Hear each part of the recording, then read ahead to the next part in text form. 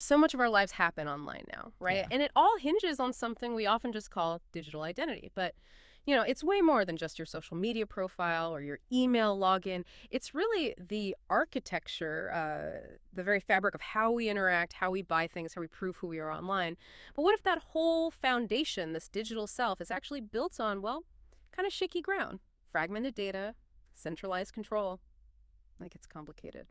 So, our mission today is a deep dive. We're digging into this fascinating, sometimes hidden world of digital identity, and we're drawing heavily from the insights in navigating the digital identity landscape. That's our core material. We want to unpack what digital identity really means for you, expose some of those hidden complexities, those vulnerabilities, and then look at the really exciting, maybe even revolutionary ideas popping up to change how we manage, and maybe more importantly, how we own our online selves. All right, so let's get into it. Yeah, and what's really interesting here is how this thing, digital identity, which sounds so abstract, it actually touches almost everything you do digitally. It's a hidden mechanism, really, for trust online.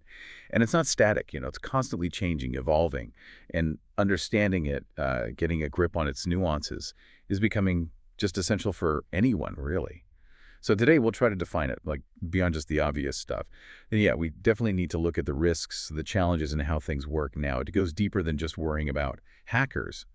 And finally, we'll explore some of these cutting-edge solutions, ideas aiming to put you, the user, back in the driver's seat. Okay, so if it's more than just that username and password, what is digital identity then, in its fullest sense? What are we actually talking about? What are those hidden bits? Well, it's basically the sum total of everything digital that points to you, Oh, all your attributes, your activities online that make you, you, yeah. digitally speaking. So yes, it includes your profiles, your login, sure, your shopping history, but it's also your browsing habits, your location data patterns, even the metadata from your messages, Mm. who you talk to, when, how often. It's this invisible profile that gets built up around you across all these different platforms, often scattered all over the place, and often compiled without you really knowing the full extent or giving like granular permission for every piece. It's your whole digital presence, and honestly, it often feels completely out of your control.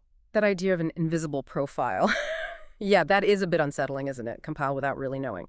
So, if that's the situation, what are the big vulnerabilities? What does our source navigating the digital identity landscape really zero in on?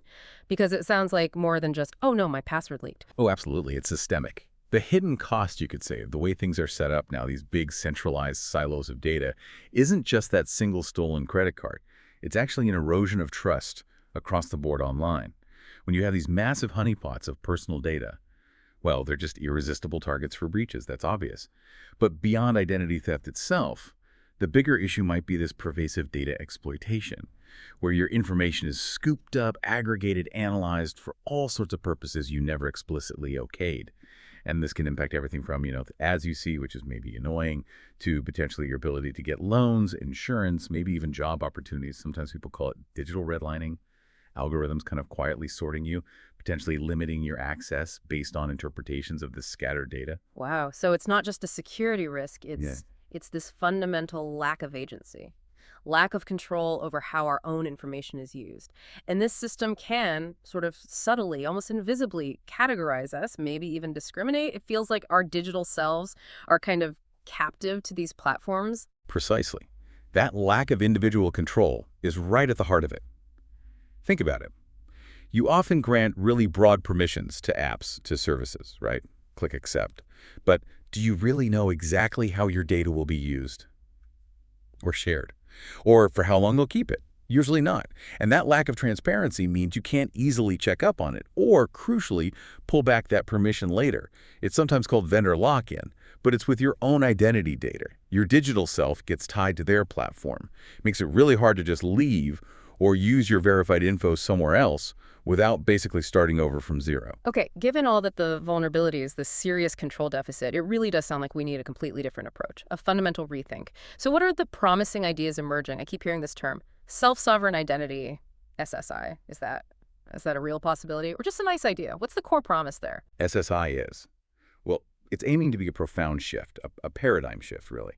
The core idea, the promise, is simple but powerful. Give individuals ultimate control over their own digital identities. So instead of relying on, say, Google or a government agency to hold and verify your data, SSI empowers you to hold your own information, your own credentials, Right. and you decide who gets to see what piece of it, when they see it, and for how long. The key word is user centricity. It Hmm. flips the model.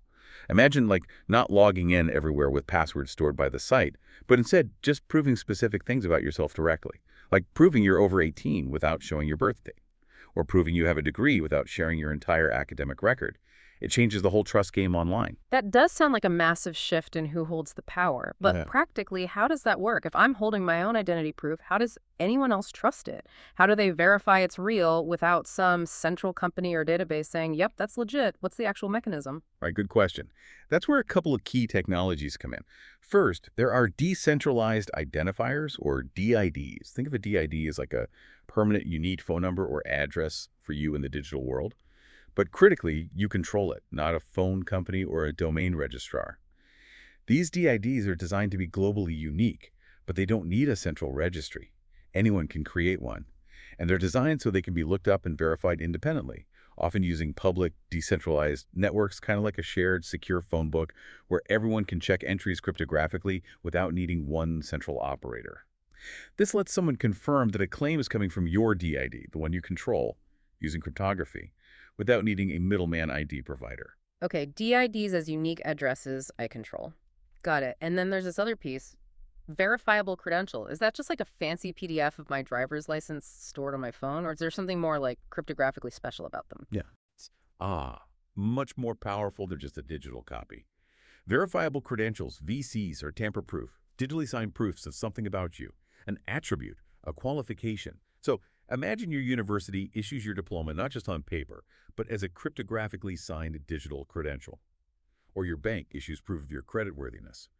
Or a professional body issues your license. You, the holder, store these credentials maybe in a digital wallet on your phone. And the real magic, the cryptographic part, is that you can present them selectively. This is key. You could use that credential from the government to prove you're over 21 to buy something online, but without revealing your name, your address, or your actual birth date, just the over 21 fact. The digital signature from the issuer proves it's authentic and hasn't been messed with, and you control showing it. Wow, okay. The selective disclosure part, that's where the privacy power really comes in, isn't it? Not just hiding my birthday, but sharing only the absolute minimum needed. That feels genuinely different. So, where do things like distributed ledgers, blockchain fit into this picture? Are they absolutely necessary? How do they help create trust if they're not actually storing all our private data? That's a really important point. Distributed ledgers, or blockchains, can provide a crucial piece of the puzzle, a shared immutable infrastructure for trust. Now, SSI itself doesn't require one specific blockchain. There are different approaches. But often these ledgers are used as a place to anchor things. For instance, the public key associated with your DID might be recorded there. Or the fact that a credential was issued by a certain university could be recorded along with the issuer's public key. This means anyone can publicly check cryptographically that, say, University X did issue a credential of a certain type, and that the credential you're presenting was indeed signed by them and hasn't been revoked. Crucially, your actual personal data, your name, your grades, whatever, is not stored on the blockchain itself. That stays with you. The ledger just provides this high-integrity, publicly auditable record for verifying the issuance and the validity status of credentials and DIDs. It's a foundation for trust, not a database of secrets. Okay, that makes sense. It's the plumbing for verification, not the storage tank for data. This whole picture, it really does feel like it could fundamentally change how we interact online, who's in charge.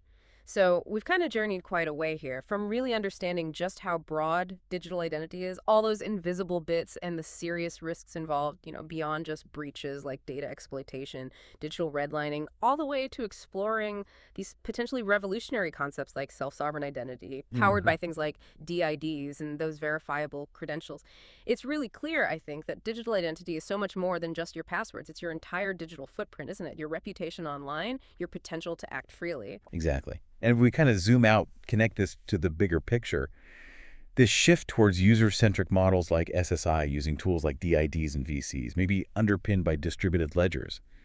It's not just a tech upgrade. It feels more like a fundamental rebalancing of power. It's about shifting control away from these huge central platforms and back to you, the individual. It offers potentially genuinely new ways to manage your information, protect your privacy, but still be able to do everything you need to do online. Ultimately, it's about trying to regain real agency, real control in a world that's becoming more and more digital every day, and maybe rebuilding trust from the ground up. So maybe for you listening right now, it's worth taking a second to think about your own digital footprint. All those accounts, all that data. How might these ideas we've talked about, SSI, VCs, more control actually empower you? How might it change the way you think about your online life, your privacy, and who holds the keys to your digital self? Which, it brings up a really interesting, maybe provocative question for the future. As our lives get ever more tangled up with our digital identities, how much responsibility should we as individuals take on for managing this digital self? And perhaps more critically, what role does technology like this need to play to make that kind of true digital autonomy, that self-sovereignty, actually achievable for everyone? Not just a cool concept for tech enthusiasts, but a widespread reality. That's a huge question. Definitely something to mull over as we navigate our digital future. It's clear this whole landscape of digital identity is moving fast. It's constantly evolving. Understanding it, even just the basics we've touched on, feels pretty key to figuring out what comes next. We really encourage you to keep exploring this topic on your own.